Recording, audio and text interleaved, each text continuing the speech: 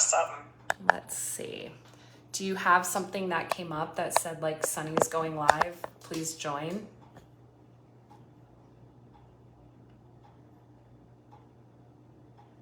I see where you're going live. Let's see what happens. Let me go this way. Let me go landscape. Yeah, and then you have to click on my live. No, I'm on your live already. Let's see. Nope, that's not it. Oh yeah, it says you're not viewing yet. I'm here. What is this? Would you like to be in Sunny's live video? Yes. I'm coming off of Zoom. Okay. Bye.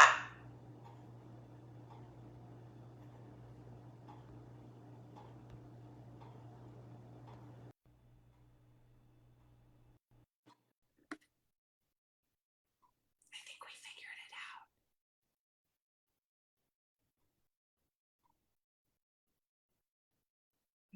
Maybe we figured it out. We figured it out! Oh my God, that was insane. I don't even know where to look. Like, where am I looking for this? Because the camera's right there. Yeah. Yeah. Look right there, Jen. Right there, right there. Hello. Yeah. Is there any way for you to get a little louder? Well, I can put my headset on. Let me do that. Yeah. Give me one sec. Let's do that. Doop-a-doop-a-doo. We finally did it, you guys. It only took us 4 tries to get live on Facebook. Apparently you can't What's that? Huh? What'd you say? Oh, and now can you turn your volume up? I thought it was up. There we go. Is that any better? No, you're just really quiet. No, this is the maximum of the volume right now. It is. Can you hear me okay? I can hear you fine. Okay. Well, I hope, yeah, I can barely hear you and I have everything turned up on my end. So. Oy vey, this is crazy. I don't know what's happening here. Can anybody on the, are people able to hear me who are watching? Maybe they can give us a thumbs up, or if it's really, really bad. No one has joined. Okay. Whoa, that was better. Whoa, what'd you just do? I don't know. Okay. I have no idea. I don't know. Let's go with it. Okay. Let's do it.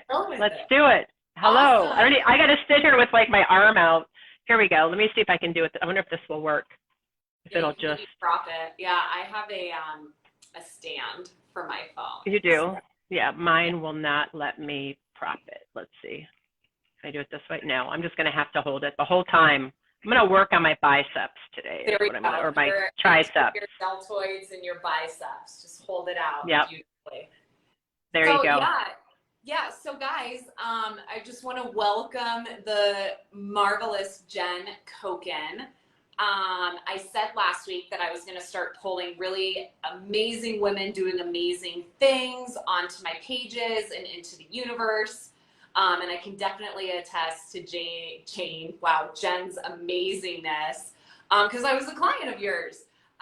So you definitely have a message that resonates, and the work that you do is so phenomenal.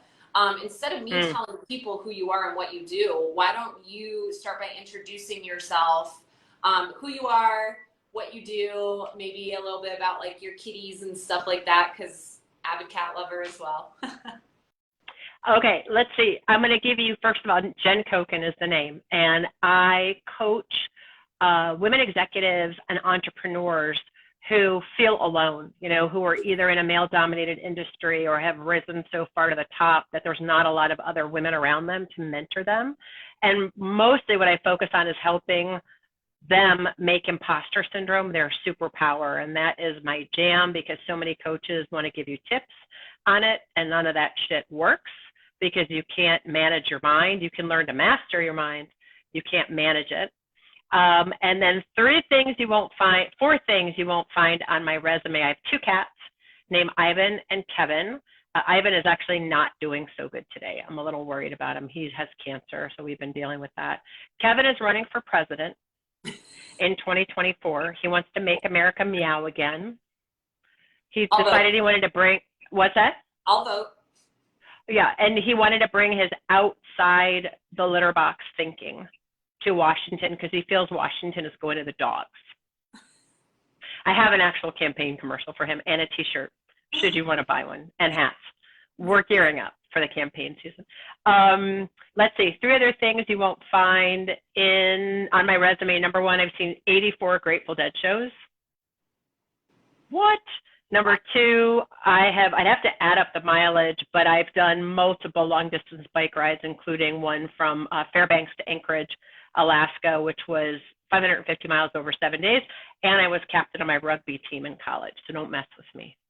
Yeah, man, you're a force. You are a force. So in your intro, you said that Yep. you work with people experiencing imposter syndrome. Now, Yeah. I had heard of imposter syndrome before I had met you, but I didn't really know what imposter syndrome meant. Like, Yep. So can you just break it down for us and tell us exactly, like in your own words, like what is imposter syndrome and how do people know that they might themselves be experiencing imposter syndrome? So, okay, I feel like this is a 3-part answer. Number 1, imposter syndrome, first of all, isn't a syndrome because a syndrome is medically diagnosed. We just use that for SEO. Okay, it's actually a phenomenon. So back in the 70s, 2 psychologists were doing research on, they had a theory and were attempting to figure out why really high achieving, successful people had feelings of a fraud, had feelings where they doubted themselves. And they coined this phrase. It was actually the imposter phenomenon because phenomenologically, you experience imposter syndrome in your body, okay? And how come is because it is simply an amygdala hijack. So the amygdala is that reptilian part of your brain that governs fight, flight, freeze, or fawn, and the thing that's always triggered whenever we're not doing good, whenever we're down in the dumps, whenever we're having a low moment, and also when we're stretching ourselves, when we're thinking about that next big project, it will automatically kick in because the brain's job is to predict how safe the human it's a brain of will be. Except the brain's never actually dealing with reality. I'm sorry, my camera's moving. I'm trying to like figure out how to like hold myself steady while holding up my camera, right? And I talk with my hands a lot. It's the Sicilian, part of the Sicilian in me. So anyhow, the brain's never dealing with reality. The brain is always perceiving things through its perceptions. And it's trying to make sense of information. It's trying to make sense of things. So imagine, today we had a thunderstorm, for example, and I was scheduled to go kayaking at 7 o'clock. So the thunderstorm comes. I'm like, oh, geez, a thunderstorm. Immediately my mind goes to, glad I'm not outside. Then what am I going to do about paddling? Okay, I need to. So your mind's already trying to figure out how this new information is fitting in to the internal part of you. Mm-hmm. So when we experience any place where the brain is threatened, the amygdala takes over on every level. So it doesn't matter if it's we go to cross the street. This happened to me once. I used to live on a really busy street, and I was about to step foot in the street because the light was red, and my friend pulled me back, and a car whipped through the red light. And of course, I was like, completely was like, what just happened? The mm-hmm. brain will relate to that as much as it will your boss saying, come see me, or a client saying to somebody, I'm not all that happy, or you stepping on the scale in the morning and looking at that number. The brain's like, oh, warning, Will Robinson, we need to do something about this. So the brain's constantly trying to experience threat. All of that's, well and good, except how the hell does it manifest in people's lives? If you are a perfectionist, always trying to get things right. If you are somebody that's a micromanager, you don't like delegating because you feel like you don't trust people to be able to do as good of a job as you, or you think it makes you look weak when you ask for help. Maybe you are somebody that things come natural to. This was me. Things just have always come really naturally to me. So anytime I can't see a clear way from point A to point B, mm-hmm. I procrastinate, even if it has to get done. Or if I go to try something and I'm not good at it the first time, that's it. West Coast swing and me don't get along because I went one time and I felt like I looked like an idiot. Instead of asking questions, I mean, the instructor was like, can I help? I asked questions, but I literally was in an amygdala hijack. I felt like I was in the 8th grade in the dance where nobody wants you to dance. You know, nobody asked you to dance because I was a 5'9" 8th grader that was all limbs and falling all over myself. It was like it was an episode, right, in that moment. Another way that imposter syndrome can manifest is if you're somebody who loves learning and you've got a ton of initials after your name. You think you have to get one more certification. Even Margaret Cho, who used to be head of the World Health Organization, didn't like people calling her an expert. And I kind of feel like after the couple of years we've had, I want someone who's an expert leading the World Health Organization. And then finally, if you're just somebody who feels downtime is a waste and you've got to be working all the time, you've got to put in the time, you've got to be seen as really busy, those are all kinds of ways that we can see it manifesting in your day-to-day behavior and not realizing it's imposter syndrome. And like, who does imposter syndrome affect? Everyone. So you're describing all these situations. I'm like, this sounds like every single individual that I know, and like 7 of those situations are me. Yeah, there's no, it really is. I mean, back in the day, they used to think that it was women who suffered from it more than men because men have more testosterone, and testosterone is known as the confidence hormone. But in fact, studies just as recently as last year show that 70% of people polled at work have felt like a fraud or been, what's the word I'm looking for? They give other people more credit than they give themselves. That's another way. They overestimate others but underestimate themselves. So everybody I know, and quite honestly, Sunny, I tell my clients, you know this, if you aren't experiencing it, you're not playing big enough. You're not pushing yourself enough, because that's only going to rear its ugly head when we're playing on the skinny branches, when we're trying something new, when we're, going for that new workout routine, or my biggest fear, those boxes you have to jump on, right? I have a really bad right knee. What is it called? The plyometric boxes. Yeah, plyometric boxes. I'm like, fuck those boxes. I hate those boxes. Anytime, like when I used to do CrossFit, my coach would be like, okay, we're going to the next box. I'm like, oh, like even in those moments, I was totally scared in that moment. But it was imposter syndrome because I was pushing myself and my coach was trying to get me to push myself. Okay. And so then like what do we do? Like, to me, it sounds like imposter syndrome can be a good thing and a bad thing, right? Because it doesn't present itself unless you're playing big. And we all know that growth happens outside of our comfort zone, right? Nothing ever, like, we don't grow if we're not like really pushing. So to me, that I'm like, oh, that's a good thing. But then, my experience of imposter syndrome from my work with you is I want to be the best. And so if I'm in an area, like if I'm in a situation where I feel like I'm not going to be the best, I shrink down and I'm like, oh, nope. And I shrink down to the little 6-year-old to where like we determine where the root, like one of the root causes of my imposter syndrome is. So like, how do you work with people to like have them embrace it, but also utilize, like turn it into something that's like, you call it their superpower. Like what is work? Like, how does that work look?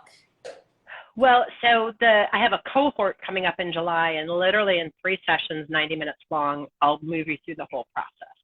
So the first thing is to realize imposter syndrome definitely rears its ugly head when we're stretching ourselves, but it also pops up at the most inopportune times. You get a call from somebody who look, I'll give you a good example. One of the guys that represents me for speaking called me. He's like, Jen, I have really good news and not so great news. I said, okay. He goes, you've been booked as a keynote speaker for the International Meeting Expo. So it's all the meeting planners from all over the world. I'm going to be keynoting. The bad news is it's only in a room that holds 200 people and not, 5,000 people. And I said, well, and it doesn't pay well. He said, but I can potentially reach a ton of people, right? So he at first called me to say this was a possibility. And I was like, great. And I hung up the phone and went, fuck. What am I going to talk about? Nobody wants to listen to me. And I'm literally witnessing myself having those thoughts and saying to myself, you're a crazy person. These are just thoughts. You don't even have the gig yet. You just went, you're going crazy. You don't even have the gig yet. So I witnessed that. So that's one thing. Number one, we want to, during the 3 sessions, we get you to what you talked about, which is that triggering event, right? But then you want to be a witness to all the times it comes up, because that of wanting to be the best won't just come up when you're playing big. It's also going to come up when you see someone else doing better than you. Like, wait a minute, I want to be the best. And you may or may not say something about it. It comes up all the time. So in the moment that happened to me, and then he calls to tell me that I actually got the gig. And again, same thing. I was like, well, Seth, what did you book me for? Imposter syndrome. Okay, you know what's coming up for me now. He goes, imposter syndrome? I go, exactly. Who wants to listen to me? He goes, yep, par for the course. So number one, I know that comes up for me because of my own triggering event that happened when I was 6, that I got embarrassed. I got embarrassed in the situation. So what happens is, in that triggering event that we get to in the 3 sessions, we begin to identify the unwanted emotions that the human called you experienced. And that's what has the brain want to shrink back. The brain's really smart. It's going to make sure it doesn't happen again. So it comes up with a strategy to make sure I never experience it being embarrassed again, for example. And so my strategy was just be second best, not be the best, be the one who gets everybody else to the forefront. And I spent my career doing that, getting people elected to office, starting nonprofits, writing speeches for people, et cetera. The moment it was up to me was when imposter syndrome reared its ugly head. So for you, you had your situation that happened and the brain said, okay, I'm going to be the best, and then I'll never experience embarrassment or shame or disappointment again, except guess what? We experience those every day. So it's then the mastery of that phenomenon of being able to witness your thoughts, the feelings, the emotions, and practicing that over the 3 weeks. So eventually you can see that, guess what? Being the best has gotten you a lot of accolades. You've gone really far in your industry. You've climbed mountains being the best. What we want is for you to be at choice about being the best, because often what happens, I'm going to say all the time, what happens is that strategy that the brain comes up with to make sure we never experience those unwanted emotions is automatic. So being the best for you you're not at choice about that. And so even if you are the best, it's probably completely dissatisfying. And there's almost like a hole in your heart of like, I've got to be the best, and unless that's filled, but that's just imposter syndrome. And guess what? We're going to deal with that for the rest of our lives. The key is mastering your mind, not managing your mind, and mastering it. Yeah, and I think that's like the biggest difference that I experienced working with you than maybe with other people out there is you flat out were like, you will never master your mind, because guess what? Your mind has, the percentages, X trillions of thoughts a day, and 80% of them are negative. And like anyone that says that you can master your mind is or like, manage your mind. You can master your mind. You can't manage it. Yeah. Yeah. And like, because I remember working with coaches and I'm like, okay, I can manage these negative thoughts out and I can, do all of this. And then this negative thought would come in and I'd be like, fuck, the work isn't working. But then working with you, I just remember the first call, you were like, first and foremost, I don't have the answers. Like, I'm not going to teach you my 12-step process for mastering imposter syndrome. You said the answers are within us and you're just here along our sides to help pull it out. And to me, that's incredibly empowering. And then, the second big thing that I really got from working with you was becoming like the impartial witness to your thoughts. And just because you have negative thoughts doesn't mean anything. I was just going to say, Don't mean diddly squat. but it doesn't mean anything. No, we have 50 to 60,000 thoughts a day. Up to 85% are negative. You know, we just had negative thoughts about Facebook and trying to go live, and I'm having a negative thought right now about my arm and holding up my damn phone and, you know, doing, sorry folks, hopefully you're not seasick, you know, like how far away and I'm up too close and they can see my drink. And I mean, like you have negative thoughts about your damn shampoo. You can't help it. And the other piece that I always find fascinating, because, you know, I'm a geek about neuroscience, 95% of our thoughts are repetitive. So now I'm having negative repetitive thoughts. Thanks, brain. Thanks. But the key is being at choice, right? Witnessing those and getting your thoughts as thoughts. And your feelings like, oh, okay, there I go again. Isn't that funny? Ha. I'm going to speak about imposter syndrome, and I automatically have the experience of feeling like an imposter. Every sales call I get on with everybody, I'm like, oh God, what if it doesn't? Like, just stop. You're here to build a relationship. You're here to provide value. And it's returning myself to being of value, being connected, and truly my own long-term vision for myself and my life, which is having a world of people at home with themselves, which starts with us being okay with negative thoughts. And that's the kicker that you just said, though, Sunny, is so many people are teaching people how to manage their mind, and all of a sudden you have those negative thoughts, and you are unable. Anyway, you can't. And you're like, this doesn't work. Not true. You're just you're not going about it the right way. You don't want to manage your mind. You want to be in the business of mastery, and mastery is for a lifetime. I've spent 43 years working on this. Yeah. I'll be 58 in August. I've spent 43 years looking at my thoughts, and I still have bumps in the road, and sometimes I have giant log jams in the road, because guess what? We're humans, which means, you know, our brains are malleable, our circumstances change, our life change, you know what I mean? And we just got to give ourselves some freaking grace and space to be human. Yeah. Well, and I find, like, for myself, a lot of my negative thoughts stem from, like, what I feel is my brain trying to protect me.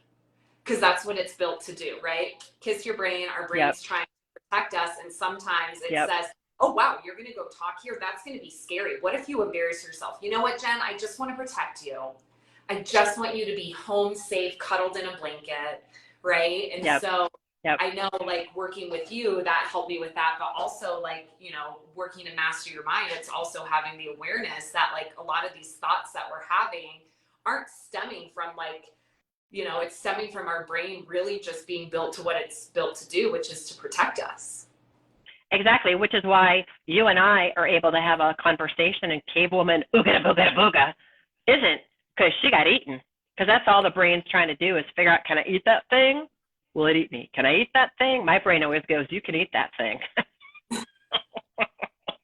I mean, food-wise. Yeah, I've never missed a meal. Yeah. So yeah, that's it. That is the brain's protection mechanism, being able to notice your thoughts as thoughts. You know, look, you can spend a lifetime on that. There's so many people that have been doing that. You know, look at all the great thinkers, whether it's Deepak Chopra, Michael Singer, who wrote The Untethered Soul and The Surrender Experiment. Their life's work is about noticing your thoughts as thoughts. I mean, imagine. Have you seen the movie Maverick yet? No. With Tom Cruise? I haven't either. Great, my battery power's at 15%. But imagine you go to a movie theater, you go to see Maverick, let's say, and it's not just that you're watching the movie, all of a sudden you are the movie. You're Tom Cruise. You're feeling everything he's feeling. You're in those planes, I guess the fighter planes, experiencing the G-force. You're experiencing it all. And you forget that you're watching the movie because you're in the movie. That's the same thing with our lives. So we experience everything that's in the movie. You forget you're in a movie, and you stop commenting on it. Well, that's the same thing in our lives, just like I said, because when you can be a witness, then you're noticing the heroine, the hero, you can notice, how almost every movie has like a plot line of the same foibles the person gets in, the same weaknesses, that kind of thing. Same with us. Yeah. So the more you can be a witness to the movie called your life, the more power you're going to have in every given moment to choose how you're going to respond to something, which is what I call responsibility. That's very profound. I love that. So so you have this amazing cohort coming up. You also have something live happening where you're from. So how do people so for me, I realized that I was ready to work with you because I knew something was holding me back. I knew that like I couldn't manage my mind and stuff like that. And I was like, okay, so there's something going on that's like holding me back and I don't know what it is and I'm ready to be untethered. That was my personal experience. How do people know that they're ready for this type of work? Or how do people know that this type of work would be beneficial to them? It's two really good questions. Number one, I think if you're having the question, that tells you right there. Like, oh, maybe I should, I was talking to my doctor this past week and I said, how do you know, because I've been dealing with a lot with, my cat having cancer and moving. And there's been days when I'm like, how does a person know they should go see a therapist? I've never seen a therapist. And I said that to my doctor. He goes, the fact that you're asking the question. I'm like, oh, yeah. So he gave me somebody to call and he goes, look, you can start the conversation by saying, I don't know if I need you or not, but let's have a chat, right? So number one, I would say if this is piquing your interest, if you're like, oh my God, I know something's holding me back, I don't know what it is, or I felt like a fraud, oh, that's me, I don't delegate, I don't ask for help, then hit me up and let's hop on a call. And that's easy, which is my email, jen@jencoken.com. Just say they heard me on your Facebook Live and you want to have a chat with me and we'll talk together. And, I can share with you about the cohort. Like you said, I also have a live event coming up in September here in Annapolis called Master Your Mind, the steps to level up your business, your leadership, and your life. And that's going to be a day and a half.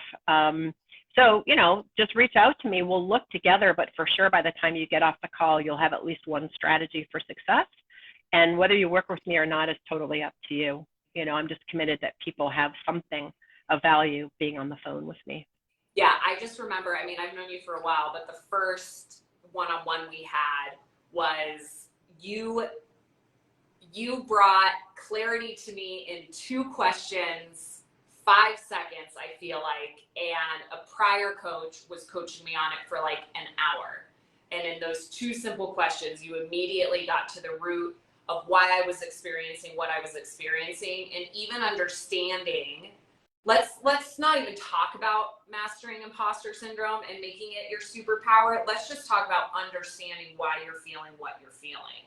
To me, when that happened, I lost so much emotional weight because I was like, that's why I went to that area and I felt free, right? And then the work with you in the cohort was like, okay, now that we get to why, and then we get to how we make it your superpower. So, so much value jam-packed in that. Okay, I have one more question for you. We'll put all your contact details and everything. I want to know what your soapbox is. If there's one soapbox, I'm pulling it out, we're putting it up, and you're getting on it with your bullhorn. If there's one soapbox you can get on, what would it be? Well, it's interesting because it would be educating women about the signs and symptoms of ovarian cancer. Why? Because my mom was misdiagnosed for a year, diagnosed with irritable bowel syndrome, candida, all kinds of other things, and they found it by accident, which is what usually happens to women because most women, there's no test. People think there's a test. There isn't.